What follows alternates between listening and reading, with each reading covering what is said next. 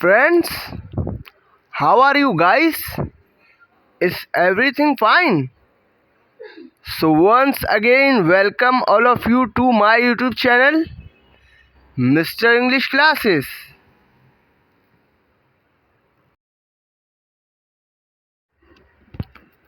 तो sentence number 1, America Denmark के Greenland को खरीदने के लिए दबाव बना रहा है, जिसको ना बेचने पर अमेरिका ने सैन्य कार्रवाई करने की भी धमकी दी है।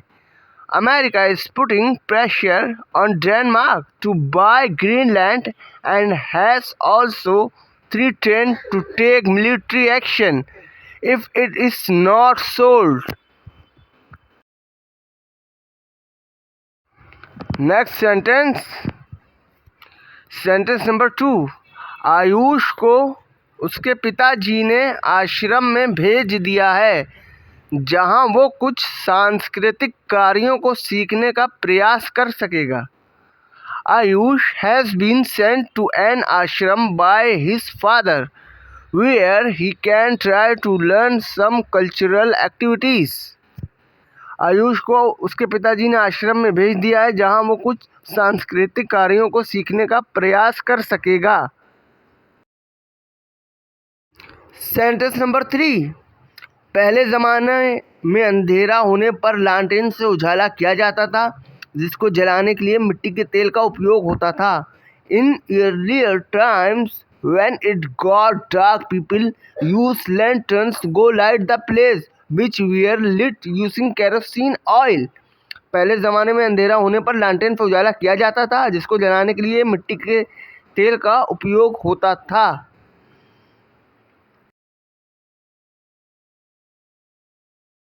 Next sentence number 4. जुनैद के गुस्सा होने पर शाहिद भड़क उठा। उसने जुनैद को बोला, अपना गुस्सा कहीं और निकालो, क्योंकि जुनैद काम से लौटकर सबसे चिल्ला रहा था। When Junaid got angry, Shahid got furious and told Junaid to event his anger somewhere else because Junaid was shouting at everyone after returning from work.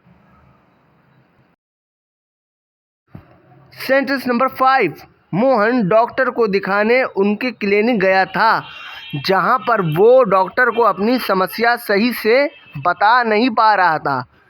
Mohan went to the doctor's clinic to see him, where he was not able to explain his problem properly to the doctor. Mohan doctor को दिखाने उनके clinic गया था, जहां पर वो doctor को अपनी समस्या सही से बता नहीं पा रहा था।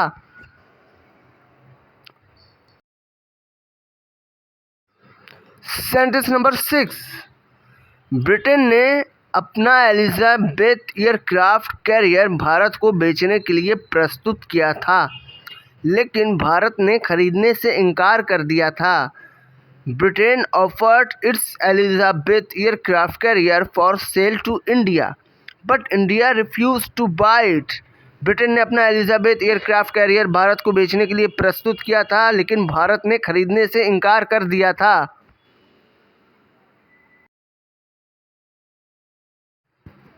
Sentence number 7. फर्नीचर बनाने वाला कारीगर राजेश बहुत उलझन में था, इसलिए उसने अपने एक ग्राहक से कह दिया, आप मेरा समय बर्बाद कर रहे हैं। Rajesh, a furniture maker, was very confused, so he said to one of his customers, "You are wasting my time." Furniture बनाने वाले कारीगर राजेश बहुत उलझन में था, इसलिए उसने अपने एक ग्राहक से कह दिया, आप मेरा समय बर्बाद कर रहे हैं। Sentence number 8. पार्टी में पिंकी से केक छूट कर गिर गया, तभी सब हंसने लगे। फिर उसकी दोस्त अनीता ने कहा, कृपया उसका मजाक मत बनाओ। In the party Pinky dropped the cake and everybody started laughing. Then her friend Anita said, please don't make fun of her. Party में पिंकी से केक छूट कर गिर गया था, तभी सब हंसने लगे। फिर उसकी दोस्त अनीता ने कहा, कृपया उसका मजाक मत बनाओ। सेंटेंस नंबर 9, आशुतोष के नैनीताल घूमने जाने का सुनकर राजू ने शैलेंद्र से कहा, चिंता मत करो, हम लोग भी बहुत जल्द ही चलेंगे नैनीताल घूमने।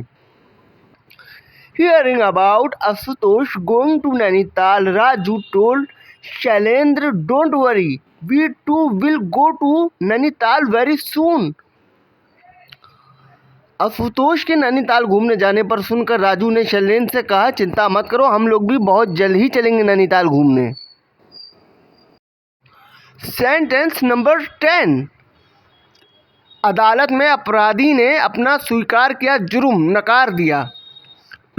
तभी जज ने कहा, तुम सच को झुठला नहीं सकते हो, सजा तो मिलेगी तुमको। In the court the criminal admitted his crime and denied it, but the जज said you can not deny the truth, you will definitely be punished.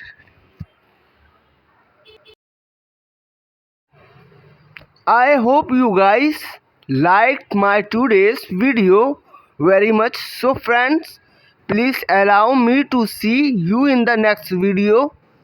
Till then, bye bye.